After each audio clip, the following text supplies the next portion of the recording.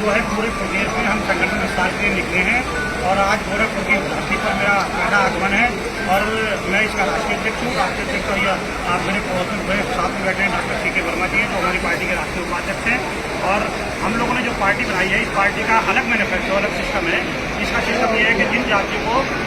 सत्ता से वंचित रखा गया है, एक सोची संविधानी के तहत हम देख रहे हैं देश की आज़ादी के बाद से आज तक बहुत सारी जातियाँ, सब जातियाँ लगभग ऐसी हैं जो अति पिछड़े वर्ग में आती हैं, उनको जातिगत आधार पर प्रतिनिधि नहीं मिलता है और उनका जो है हिस्सा काट दिया जाता है। जैसे ओबीसी समाज का है, ओबीसी समाज की 27% हिस्सेदारी है और 27% में भी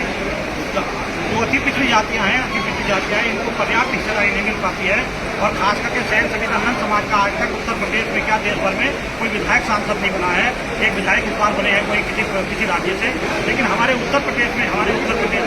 आज तक कोई विधायक सांसद नहीं बन सका है। तो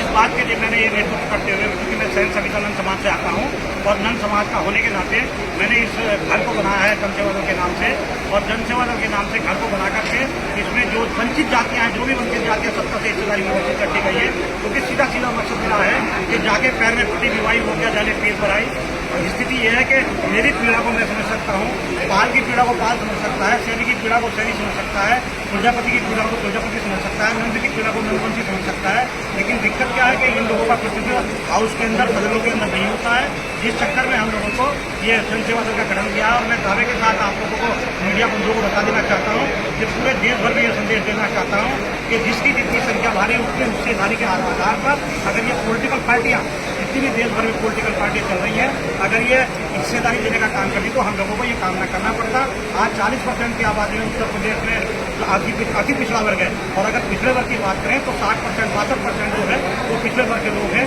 लेकिन अति पिछड़ों को तो बिल्कुल पूरी तरह से दरकिनार किया जाता है। जिसमें जो भी सरकार रही हो, तमाम दावा करते हैं, जितनी भी सरकारें भी बनी है या पार्टी हो, या मेरी सबसे पहली बात यह है कि सरकार में जितने भी लोग आए हैं वो सरकार में रहकर के ये बात करते हैं कि हम जो है अति पिछड़ों का, आरक्षित वर्ग के लोगों का ध्यान रखेंगे। लेकिन वास्तविकता ये है कि वो अपनी अपनी पार्टियों के मालिक हैं और अपनी पार्टी के राष्ट्रीय अध्यक्ष होने के नाते वो चाहे तो अपनी पार्टी में जनसंख्या अनुपात में करे, टिकट उत्पन्न करने का काम करें। आदरणीय अखिलेश जी ने, है ना, आज भारतीय जनता पार्टी है या कांग्रेस पार्टी है या समाजवादी पार्टी है, जो भी